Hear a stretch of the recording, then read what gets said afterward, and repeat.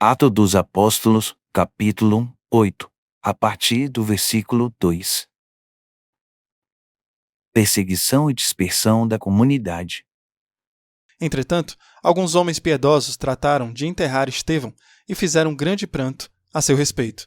Saulo, porém, devastava a igreja. Entrando pelas casas, arrancava delas homens e mulheres e os entregava à prisão. Os que se haviam dispersado iam por toda parte, anunciando a palavra de Deus. Assim, Filipe desceu à cidade de Samaria, pregando-lhes Cristo.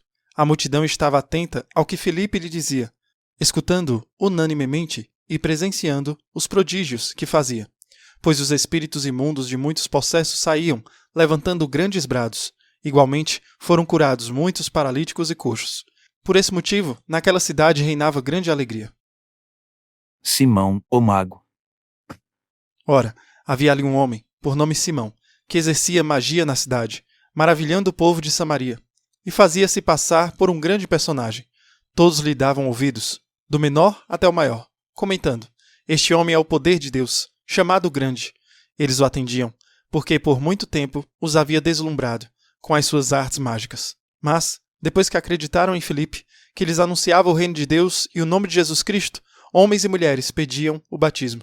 Simão também acreditou e foi batizado. Ele não abandonava Filipe, admirando, estupefato, os grandes milagres e prodígios que eram feitos.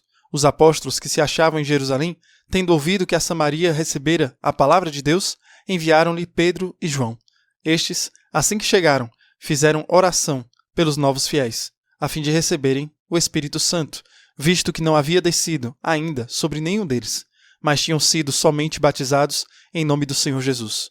Então, os dois apóstolos lhes impuseram as mãos e receberam o Espírito Santo. Quando Simão viu que se dava o Espírito Santo por meio da imposição das mãos dos apóstolos, ofereceu-lhes dinheiro, dizendo: dai-me também este poder, para que todo aquele a quem puser as mãos receba o Espírito Santo. Pedro respondeu: maldito seja o teu dinheiro e tu também, se julgas poder comprar o dom de Deus com dinheiro. Não terás direito, nem parte alguma neste ministério, já que o teu coração não é puro diante de Deus. Arrepende-te desta tua maldade e roga a Deus, para que, sendo possível, te seja perdoado este pensamento do teu coração, pois estou a ver-te no fel da amargura e nos laços da iniquidade. Retorquiu Simão: rogai vós por mim ao Senhor, para que nada do que haveis dito venha a cair sobre mim. Os apóstolos, depois de terem dado testemunho e anunciado a palavra do Senhor, voltaram para Jerusalém e pregavam a boa nova em muitos lugares dos samaritanos. Conversão do ministro da rainha da Etiópia. Um anjo do Senhor dirigiu-se a Filipe e disse: levanta-te e vai para o sul, em direção do caminho que desce de Jerusalém a Gaza, a deserta. Filipe levantou-se e partiu. Ora, um etíope, eunuco, ministro da rainha Cândace, da Etiópia, e superintendente de todos os seus tesouros, tinha ido a Jerusalém para adorar. Voltava sentado em seu carro, lendo o profeta Isaías. O Espírito disse a Filipe: aproxima-te para bem perto deste carro. Filipe aproximou-se e ouviu que o eunuco lia o profeta Isaías e perguntou-lhe: porventura entendes o que estás lendo? Respondeu-lhe: como é que posso, se não há alguém que me explique? E rogou a Filipe que subisse e se sentasse junto dele. A passagem da Escritura que ia lendo era esta: como ovelha foi levado ao matadouro e como cordeiro mudo diante do que o tosquia, ele não abriu a sua boca. Na sua humilhação foi consumado o seu julgamento. Quem poderá contar a sua descendência? Pois a sua vida foi tirada da terra. O eunuco disse a Filipe: rogo-te que me digas de quem disse isto o profeta, de si mesmo ou de outrem? Começou então Filipe a falar e, principando por essa passagem da Escritura, anunciou-lhe Jesus. Continuando o caminho, encontraram água. Disse então o eunuco: eis aí a água. Que impede que eu seja batizado? Filipe respondeu: se crês de todo o coração, pode sê-lo. Eu creio, disse ele, que Jesus Cristo é o Filho de Deus. E mandou parar o carro. Ambos desceram à água e Filipe batizou o eunuco. Mal saíram da água, o Espírito do Senhor arrebatou Filipe dos olhares do eunuco, que, cheio de alegria, continuou seu caminho. Filipe, entretanto, foi transportado a Azoto. Passando além, pregava o evangelho em todas as cidades, até que chegou a Cesareia. Explicação. Capítulo 8. Muito bem, então chegamos a Atos dos Apóstolos, mais um capítulo incrível, e vamos destacar algumas coisas dele. Pode ser estranho que tenhamos começado em Atos 8:1 e que basicamente conecta com o final do capítulo 7. Então você pode ter pensado, espero que a gente trocou algum versículo aqui, mas é comum, é assim mesmo. Atos 7, 59 e 60, vamos para ele. As testemunhas depositaram suas vestes aos pés de um jovem chamado Saulo, e ele, Estevão, chamou em alta voz: Senhor, não lhes imputes este pecado. E quando ele disse isso, ele adormeceu. E o próximo versículo é Atos 8, 1. E Saulo consentiu na sua morte. Então aqui, começando com Estevão, os cristãos foram perseguidos. Houve essa perseguição a partir desse martírio de Santo Estevão. Em um versículo, Atos 8, 1, e Saulo consentiu na sua morte.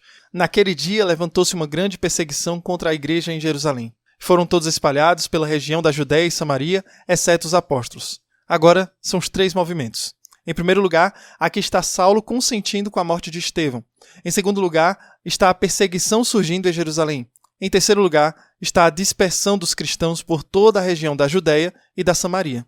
Lembre-se do que Jesus disse: você receberá o Espírito Santo e então proclamará, basicamente trará, o Evangelho começando aqui em Jerusalém, por toda a Judéia e Samaria, até os confins da terra.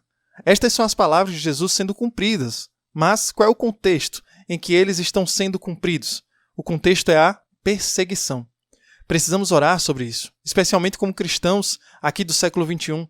Às vezes pensamos, bem, se vou ter a bênção de Deus, se vou viver o plano, a vontade de Deus, vai ser mais bonito, certo? Haverá menos dor, menos perseguição, só bênção. E o que é que acontece? Atos capítulo 8, versículo 1. Saulo consentiu na sua morte. A igreja é perseguida. Isso aciona o próximo passo da evangelização. Isso desenvolve o próximo passo no crescimento da igreja, não apenas em Jerusalém, mas em toda a Judéia e Samaria. E mais perseguição irá impulsar ainda mais o crescimento até os confins da terra. Ou seja, a perseguição culmina na evangelização. O crescimento da saída em missões parte da perseguição. Temos que perceber que sofrimento, obstáculos e perseguições não significam que as coisas deram errado. Às vezes, é assim que acontece. E isso é incrível para a nossa fé. Então temos aqui o pedacinho de Filipe, um daqueles que foram enviados. Ele é enviado a começar a pregar a palavra na Samaria, e ele encontra Simão, que era um mágico que surpreendia a todos. Mas de repente, eles veem o poder do Espírito Santo. Até o próprio Simão se torna cristão. Pedro e João vêm para a mesma região de Samaria. E aqui temos o termo simonia. Simonia é a compra e venda de coisas religiosas, sagradas, bênçãos, esse tipo de coisa. É um pecado e vem desse Atos dos Apóstolos, capítulo 8. Aqui está Simão, o mago, que diz: quero comprar o poder do Espírito Santo dos apóstolos.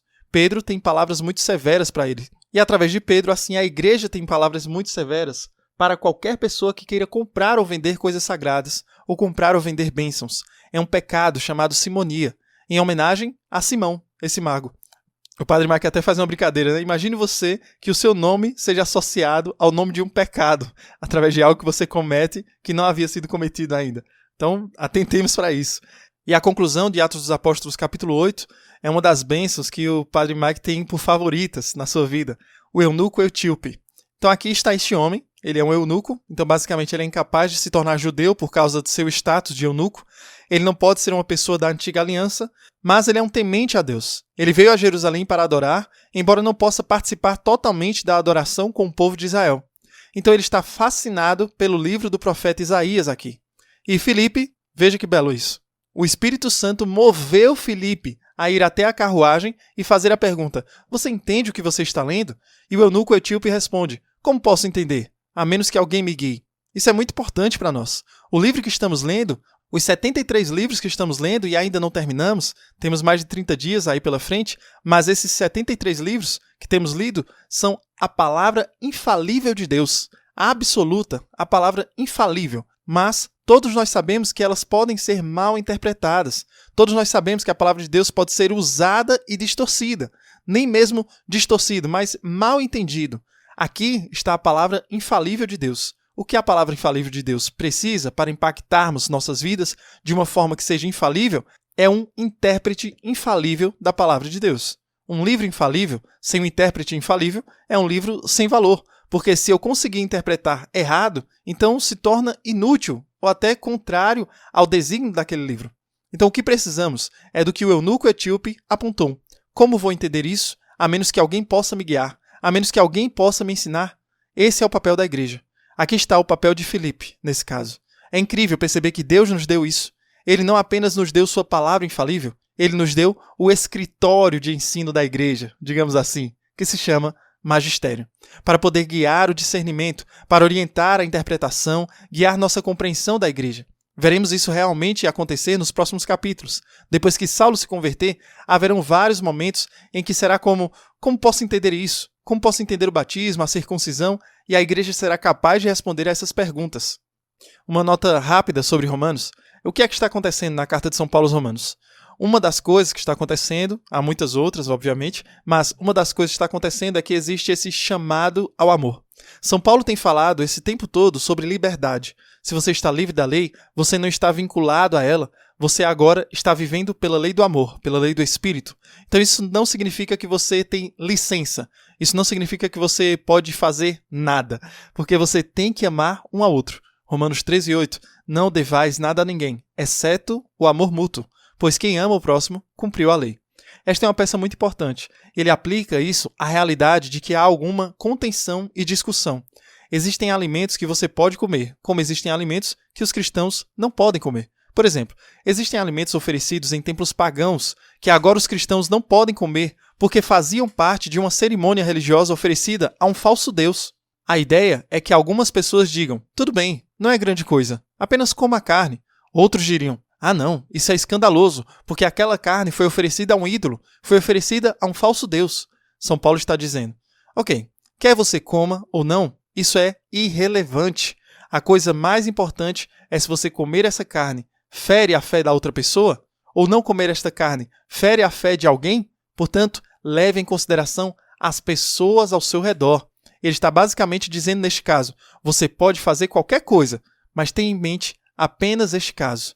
Se o que você escolhe fazer vai ferir a fé do seu irmão ou da sua irmã. Se for, então não faça isso. Por quê? Por amor a eles. Quase parece fácil demais, muito bom senso, muito claro. E ainda, quando tentamos aplicá-lo às nossas próprias vidas, é muito difícil. Isso significa que eu não faço nada. Eu tenho que fazer tudo, porque isso vai escandalizar meu irmão ou irmã. Nós dizemos, não, então eu vou abrir mão disso que escandaliza os outros. Mas acabamos de voltar a isso. A lei é a lei do amor. Se isso vai ajudar meu irmão ou minha irmã, então por que não faço? Se isso vai machucar meu irmão ou minha irmã, então por que eu não deixo isso? Significa viver uma vida dinâmica. Não se trata de ser rígido, de regras. Trata-se de dizer, isso vai ajudar ou vai machucar? Se for machucar, eu não farei. Se ajudar, talvez eu faça. Espero que faça sentido para você isso, de estarmos atentos às nossas ações, não somente para o como nos atinge, mas como atinge aquelas pessoas que estão no nosso convívio e que têm um desejo de crescer na fé. E ao olhar para nós, podem ter sua fé reduzida ou até escandalizadas. Romanos 13, 11 e 12, pois a salvação está mais perto de nós agora do que quando cremos pela primeira vez. A noite já passou, o dia está próximo. Deixemos então as obras das trevas e vistamos a armadura da luz. Vamos deixar que essa seja a última palavra de hoje.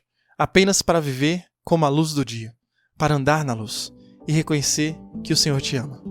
Deus ama você, que está ouvindo agora. Ele está muito orgulhoso de você. O Deus Pai está muito orgulhoso da sua vida. Isso porque a noite já passou.